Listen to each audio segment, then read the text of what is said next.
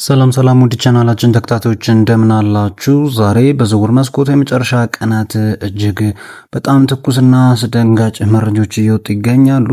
ከአትሌቲኮ ማድሪድ ደጋፊዎች ተቃውሞ እየገጠመው አልቫሬዝ የወደፊት ዕጣ ፈንታው ምን ይመስላል? የአርሰናልና የባርሴሎና ፍላጎት ምንድን ነው? ማርቲኔሊ ወደ ሳውዲ አረቢያ የሚያደርገው ዝውውር እንመለከታለን። ዩናይትድ ለባልዴ ያቀረበው ይፋዊ ጥያቄ አለ ሲሉ መረጃዎች ያመለክታሉ። ሊቨርፑል ከፓሪስ ከሚገኙ ኮከቦች ጋር ያደረገው ድርድር እንመለከታለን። ሲቲ አዲስ ያስፈረመው ብራዚላዊና የቼልሲ ውድድር ዘመን መክፈቻ ድል በሙሉ ዝርዝር ሁኔታ ይዘነው እንመለከተዋለን። ታዲያ እናንተ እስከ ቪዲዮ መጨረሻ ድረስ አብራችሁን ቆይታ አድርጉ። ቻናሉን ሰብስክራይብ አድርጋችሁ ሀሳብ አስተያየቶቻችሁን ኮሜንት ሴክሽን ላይ ያስቀምጣችሁ ቤተሰብ እንድትሆኑ ስንል በአክብሮት እንጋብዛለን። ወደ መጀመሪያው መረጃችን እንለፍ። አርጀንቲናዊ አጥቂ አልቫሬዝ በአትሌቲኮ ማድሪድ ቤት ያለው ቆይታ እጅግ አሳሳቢና ውጥረቱ የነገሰበት ደረጃ ላይም ደርሷል። አልቫሬዝ አትሌቲኮ ማድሪድን ለመልቀቅ ይፋዊ ጥያቄ ካቀረበ በኋላ ትላንት ለመጀመሪያ ጊዜ ወደ ሜዳ ተመልሶ ጨዋታ አድርጎ ነበር።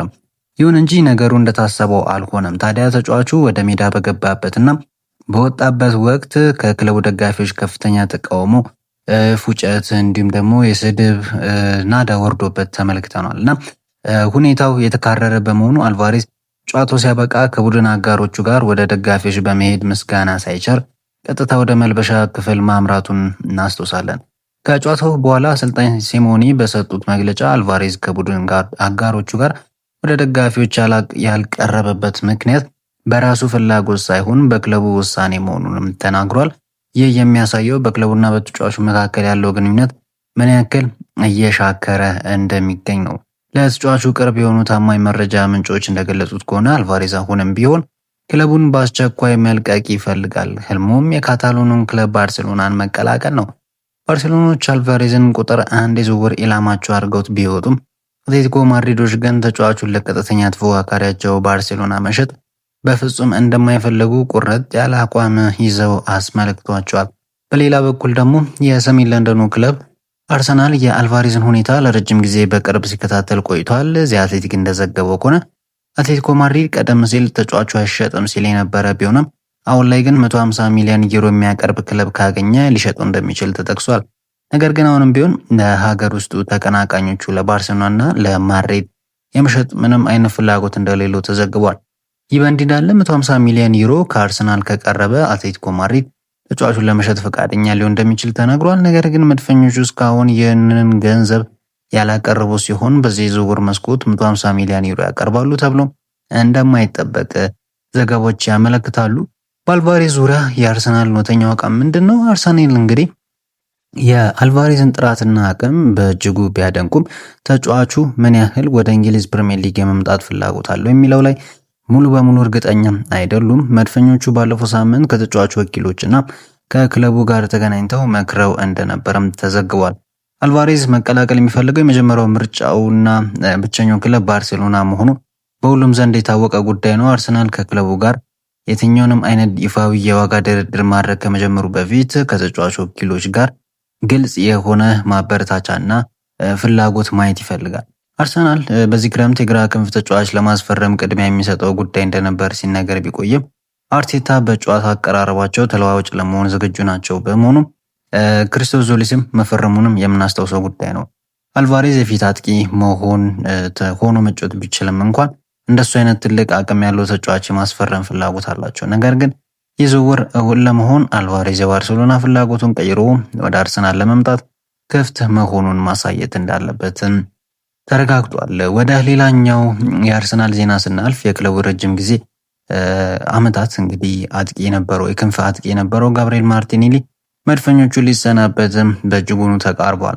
እንደ ታማኙ የዝውውር ዘገባ ጋዜጠኛ የሆነው ፋብሪዞ ሮማኖ ከሆነ የሳውዲው ኃያል ክለብ አልሂላል የማርቲኔሊን ዝውውር በዚህ ሳምንት ሙሉ በሙሉ ለማጠናቀቅ ለተጫዋቹ ኮንትራት ፕሮፖዛል ልከዋል።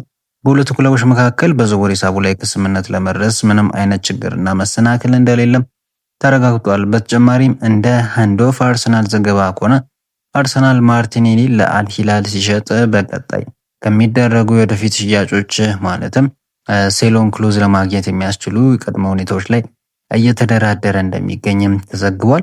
የዝውውሩን የገንዘብ መጠን ስንመለከት አርሰናል ማርቲኔሊን በብዛት እየተዘገበ ባለው መረጃ መሰረት 60 ሚሊዮን ዩሮ የሚሸጠው ከሆነ ከዝውውሩ 52 ሚሊዮን ዩሮ የተጣራ ትርፍ እንደሚያገኝ ነው የተዘገበው። የተቀረው ገንዘብ በተመለከተ የተጫዋቹ የቀድሞ ክለብ ኢታኖ በስምምነቱ መሰረት ከ8 እስከ 10 ሚሊዮን ዩሮ የሚደርስ ድርሻ እንደሚኖረው ነው የተመለከትነው።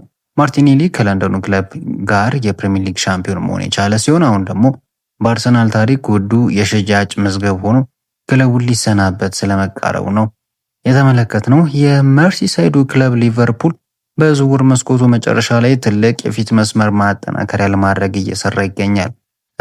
የፈረንሳይ የዜና ምንጭ የሆኑት ሌኪፖች እንደዘገቡት ከሆነ ሊቨርፑል የፓሪስ ጀርመንን የክንፍ መስመር ተጫዋቾች ባርኮላን ለማስፈረም ከፒኤስጂ ጋር ከስምምነት ለመድረስ እጅግ በጣም እንደተቃረቡ ነው የተዘገበው።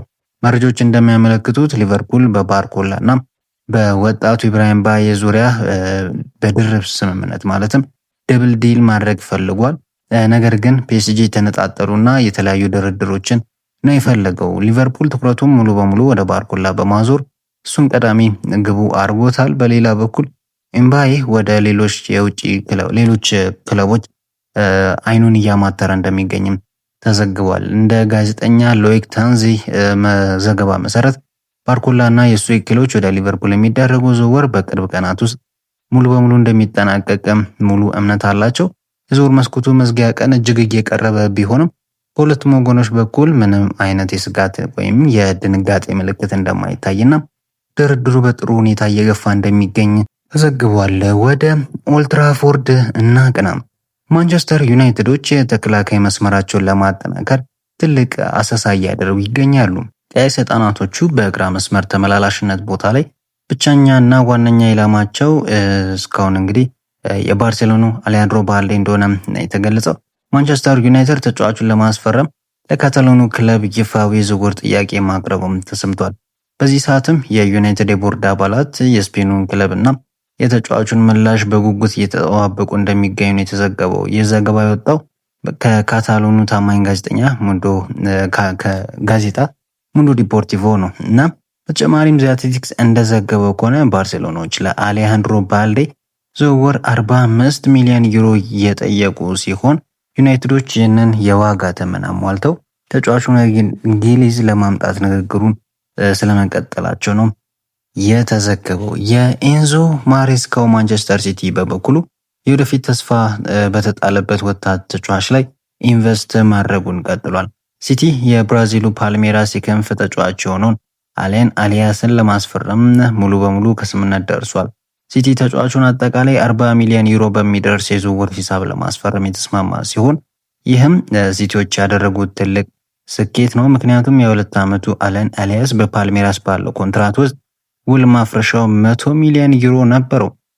ይህ አዲሱ የ2 ዓመት የክንፍ መስመር ተጫዋች አለን አሊያስ ቶተናምን ለመቀላቀል እጅግ የተቃረበውን ሳቪኒዮን የሚተካ እንደሆነ ዛትሪክስ ዘግቧል። ወደ ፕሪሚየር ሊግ የጨዋታ ውጤቶች እንለፍ። የምዕራብ ለንደኑ ክለብ ቼልሲ የውድድር ዘመኑን በድል ጀምሯል። ቼልሲ በሜዳው ከፉላም ጋር ያደረገውን የመጀመሪያ የእንግሊዝ ፕሪሚየር ሊግ ሳምንት ጨዋታ በከፍተኛ ግብ ነው እንግዲህ 3-2 በሆነ ውጤት ማሸነፍ የቻለው። ለሰማያዊዎቹ የድል ጎሎችን ጃፔሮ ገና እንደተጀመረ አስቆጠረ። ታዲያ ሞርጋን ሮጀርስ ሌላ ጎል አስቆጠረ እና ኮል ፓልመርም የመጨረሻውን ግብ ያስቆጠረ ተጫዋች ነው። ለፉላም ደግሞ ጆሽ ኪንግ እና ጎንዛሎ ጋርሲያ። ጆሽ ኪንግ ምን አይነት ድንቅ ተጫዋች እንደሆነ እያሳየ ይገኛል እና እነዚህ ሁለቱ ተጫዋቾች ግቦችን አስቆጥረዋል እና ፉላምም ድንቅ በሆነ መልኩ ቼልሲን እንዲገዳደረው ሆኖ አምሽቶ ተመልክተናል። በዚህ ጨዋታ ላይ አዲሱ የቼልሲ ፈራሚ ሞርጋን ሮጀርስ ለመጀመሪያ ጊዜ ጨዋታው ተሰልፎ የመጀመሪያ ጎሉን ማስቆጠር የቻለ ሲሆን እንዲሁም ደግሞ ተከላካዩ ላክሮም በመጀመሪያ ጨዋታው አሲስት ማድረግ የቻለበትን ሁኔታ ተመልክተናል። በፉላም በኩል ደግሞ አዲሱ አጥቂ ጎንዛሎ ጋርሲያ የመጀመሪያ የፕሪሚየር ሊግ ጎሉንም ከመረብ ማሳረፍ የቻለበት ሁኔታ ነው የተመለከትነው። የሁለቱ ክለቦች የቀጣይ የጨዋታ ፕሮግራም እቅድ ስንመለከት ዕለተ ሐሙስ እንግዲህ ቼልሲ ከሉተን ታውን ጋር በሊግ ካፕ ጨዋታ ይገናኛል። በዛው ዕለት ሐሙስ ፉላም ከዌምበልደን ጋር በሊግ ካፕ ጨዋታ እንደሚገናኙ ነው የተመለከትነው። በመጨረሻም ወደ ቡንደስሊጋው ክለብ ባየር ሙኒክ እናምራም። ጀማል ሙሲያላ እናገኛለን እና አስደሳች ዜና ወጥቷል በሙሲያላ ዙሪያ እና በዛሬው ዕለት የግል ልምምድ ስለመስራቱ እና ስለማጠናቀቁ ተገልጿል። ሙሲያላ በቅርቡ ሜዳ ላይ በተደጋጋሚ ራስን የመሳትና የመዞር ችግር ገጥሞት እንደነበር ይታወሳል። አሁን ባለው መረጃ መሰረት ሙሲያላ በቅርቡ ቀስ በቀስ ወደ ቡድን ተቀላቅሎ ሙሉ ልምምድ ይሰራል ተብሎ ይጠበቃል። ተጫዋች ያጋጠመው ህመም በእግር ኳስ ህይወቱ የማያርቀውና በሕክምና ሙሉ በሙሉ ሊታከም የሚችል እንደሆነም ነው የተዘገበው። ውድ ተመልካቾቻችን ለዛሬ ይዘንላችሁ የቀረብናቸው ስፖርታዊ መረጃዎቻችን እነዚህን ይመስሉ ነበር። በቀጣይ እስከምንገናኝ ድረስ ሰላም።